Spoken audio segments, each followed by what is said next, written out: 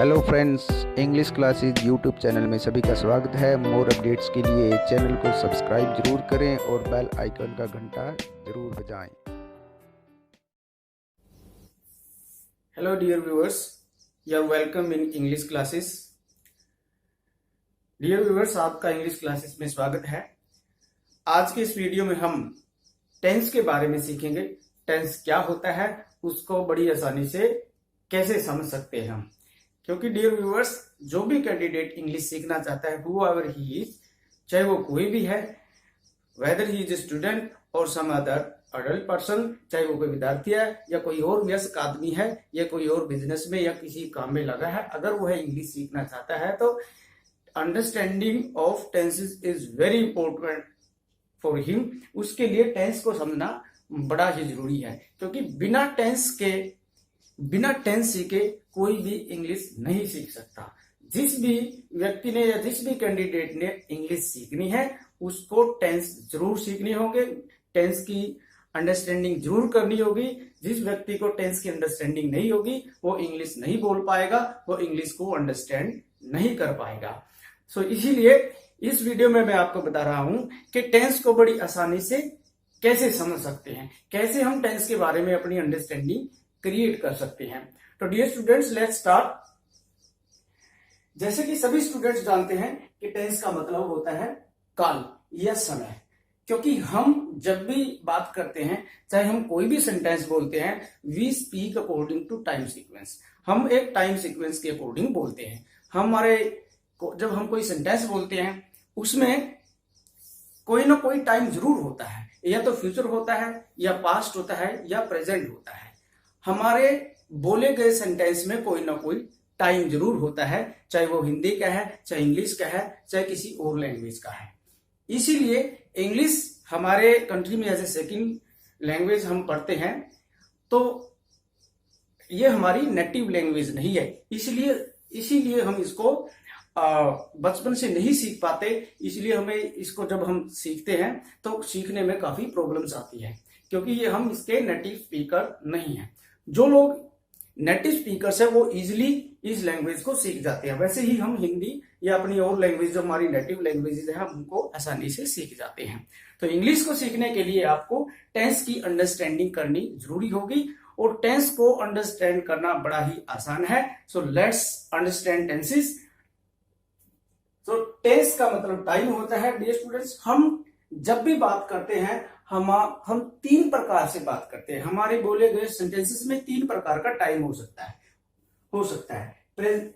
वो क्या होता है? प्रेजेंट, पास्ट और फ्यूचर। क्योंकि हम टाइम को तीन कैटेगरी में डिवाइड करते हैं। टाइम तीन टाइप्स का होता है, प्रेजेंट, पास्ट एंड फ्यूचर। ये तीन प्रकार के टाइम है, क्योंकि हम तीन प्रकार से ही बात कर सकते हैं। या तो हम पास्ट में करेंगे, या फ्यूचर में करेंगे, या प्रेजेंट में करेंगे। और फोर्थ कोई टेंस है ही नहीं, ना फोर्थ जो है कोई टाइम है जिसके अकॉर्डिंग हम बात करें। क्योंकि तीन ही प्रकार के जो हमें नेचर ने टाइम दिए हैं, वो है पास्ट, प्रेजेंट और फ्यूचर। सो इनमें भी हम, चाहे हमारा पास्ट है, चाहे प्रेजेंट है, चाहे फ्यूचर है, उनको भी आगे चार चार पार्ट्स में डिवाइड किया गया है एक टेंस के अकॉर्डिंग। फॉर एग्जाम्पल, हमारे पास प्रेजेंट टेंस है। प्रेजेंट के फोर टाइप्स है। प्रेजेंट टेंस में हम चार तरीके से बात कर सकते हैं। इसी प्रकार पास्ट में भी हम चार तरीके से बात करते हैं। इसी प्रकार हमारे पास फ्यूचर टेंस है, उसमें भी हम चार तरीके से ही बात करते हैं। हर टेंस में हम चार तरीके से बात करते हैं, यानी चार प्रकार के सेंटेंस हम बोल सकते हैं। और फिफ्थ टाइप का कोई सेंटेंस नहीं है टेंसेस के अंदर जिसमें हम बातें करें या जिसके अकॉर्डिंग हम बात कर सकें। सो प्रेजेंट में हम चार तरीके से बात करते हैं, पास्ट में भी चार तरीके से बात करते हैं, फ्यूचर में भी चार तरीके से बात करते हैं। इनके पास्ट, प्रेजेंट और फ्यूचर के जो पार्ट्स है वो सेम है। जो पास्ट, प्रेजेंट और फ्यूचर के जो पार्ट्स हैं जिनमें हम बात करते हैं, जिनके अकॉर्डिंग हम बात करते हैं, अलग अलग सेंटेंसेस बोलते हैं, वो हर टेंस के फोर पार्ट्स हैं। इसलिए हमारे पास 12 टेंसेस होते हैं। इसलिए हम कहते हैं कि हमारे पास 12 टेंसेस हैं। इनके अकॉर्डिंग हम बात करते हैं, क्योंकि हर टेंस के अंदर चार कैटेगरी हैं, उनको चार तरीके से हम उसमें बात करते हैं। चार प्रकार की टाइम सीक्वेंस है हर टेंस के अंदर। तो देखिए same parts but different in sense. Parts तो सभी के सेम है लेकिन उनकी सेंस सभी की डिफरेंट है, अलग अलग है। अलग अलग कहने का भाव होता है, अलग अलग अंडरस्टैंडिंग होती है सभी की। और वो सेम कैसे हैं और डिफरेंस उनमें क्या है, चलिए अब देख लेते हैं। फर्स्ट पार्ट जो भी है डियर व्यूअर्स, हर टेंस का इंडेफिनिट होता है। वो प्रेजेंट इंडेफिनिट भी होता है, पास्ट इंडेफिनिट भी होता है और फ्यूचर इंडेफिनिट भी होता है।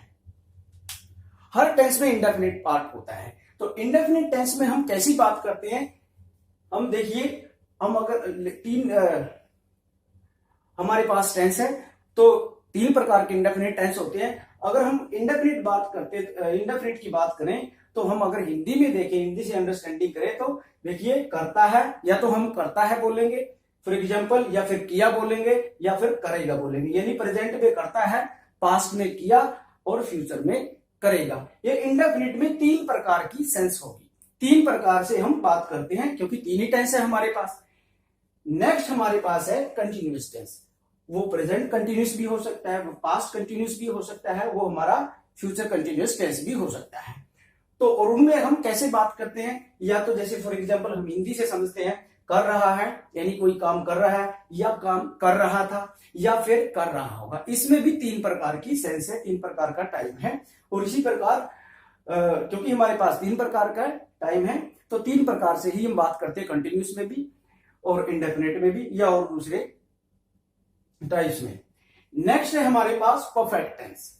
तो वो पास्ट परफेक्ट भी हो सकता है, फ्यूचर परफेक्ट भी हो सकता है और प्रेजेंट परफेक्ट भी हो सकता है। तो परफेक्ट में हम कौन सी बात करते हैं, जब कोई एक्शन कंप्लीट हो चुका हो, या तो वो प्रेजेंट में कंप्लीट हुआ है, या वो पास्ट में कंप्लीट हुआ था, या वो फ्यूचर में कंप्लीट होगा। जैसे चुका था, हम खाना खा वह चुका है यानी जा चुका है, कर चुका था, वो काम कर चुका था, कर चुका होगा, ये फ्यूचर आ गया। यानी प्रेजेंट, पास्ट और फ्यूचर। यहां भी 3 प्रकार की ही हम सेंस में बात कर रहे हैं क्योंकि टेंस हमारे पास 3 है। नेक्स्ट हमारे पास कैटेगरी है perfect continuous tense. Perfect continuous tense का मतलब होता है कि कोई भी काम कुछ समय तक चलता रहा लेकिन वो आगे भी जारी था। यानी एक काम जो है कुछ लिमिट तक कंप्लीट भी हो चुका है लेकिन वो काम आगे भी जारी है, इसलिए इसको परफेक्ट भी बोलते हैं, कंटिन्यूअस भी बोलते हैं, क्योंकि वो कंप्लीट भी हो चुका है लेकिन वो जारी भी है। हम कहते हैं कि वह आदमी जैसे से कर रहा है, वह 2 घंटे से काम कर रहा है, यानी वो काम 2 घंटे कर भी चुका है और वो आगे भी कर रहा है। इसी प्रकार से कर रहा था, यानी वो काम 2 घंटे, जब हम कहें कि 2 घंटे से काम कर रहा था, यानी वो व्यक्ति 2 घंटे काम कर चुका था और आगे भी कर रहा था। नेक्स्ट है से कर रहा होगा, ये फ्यूचर के सेंस आ गई। अगर हम कहें कि वह 2 घंटे से काम कर रहा होगा, यानी 2 घंटे तो वो कंप्लीट हो चुके होंगे और उसके बाद भी वो काम चल रहा होगा, इसलिए इसको परफेक्ट कंटिन्यूअस टेंस बोलते हैं। ये प्रेजेंट परफेक्ट कंटिन्यूअस भी होता है, ये पास्ट परफेक्ट कंटिन्यूअस भी होता है, ये फ्यूचर परफेक्ट कंटिन्यूअस भी होता है।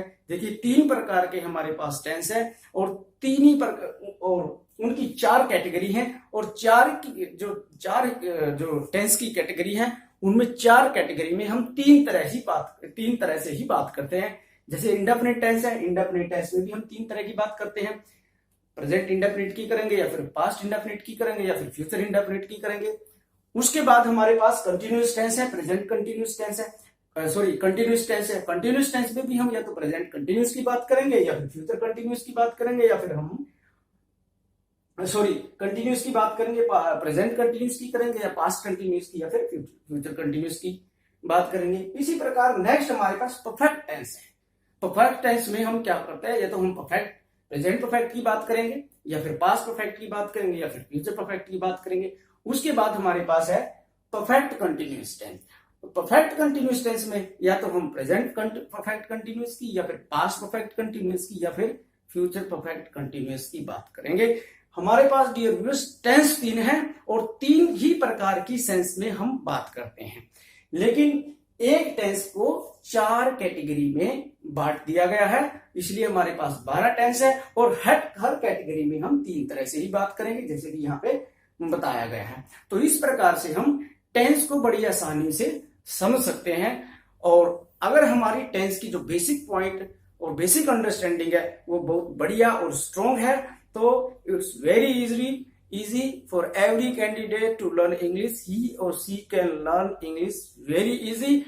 It's not difficult, but the condition for you is to understand tenses and learn the basic things about tense. If you understand tenses very well, then there will be no problem for you people. You will be able to learn English very easily. Thank you very much. Next video में dear viewers हम tenses शुरू करेंगे, कैसे tense समझते हैं, और step wise हम present indefinite फिर प्रेजेंट कंटिन्यूअस, इसी प्रकार हम सभी प्रकार के टेंस लर्न करेंगे। बड़े आसान तरीके से मैं आपको समझाने की कोशिश करूंगा। उससे पहले हम एक जो मेन पॉइंट है टेंसेस में, रोल ऑफ वर्ब, इससे नेक्स्ट वीडियो में हम देखेंगे कि टेंसेस में वर्ब का क्या रोल होता है, वर्ब को कैसे यूज करें और वो कैसे अलग अलग टेंसेस में काम करती है। ये बातें समझने के बाद आपको टेंस सीखना बहुत ही आसान हो जाएगा और आप बहुत ही जल्दी थोड़े से ही टाइम में सभी टेंसेस की अंडरस्टैंडिंग कर सकते हैं। और टेंसेस की अगर आपके पास अंडरस्टैंडिंग है तो आप बड़ी आसानी से इंग्लिश को समझ सकते हैं, बड़ी आसानी से आप इंग्लिश बोल सकते हैं। So dear viewers, if you like video, please subscribe my channel and press the bell icon for more updates. So dear viewers, thank you. Jai Hind.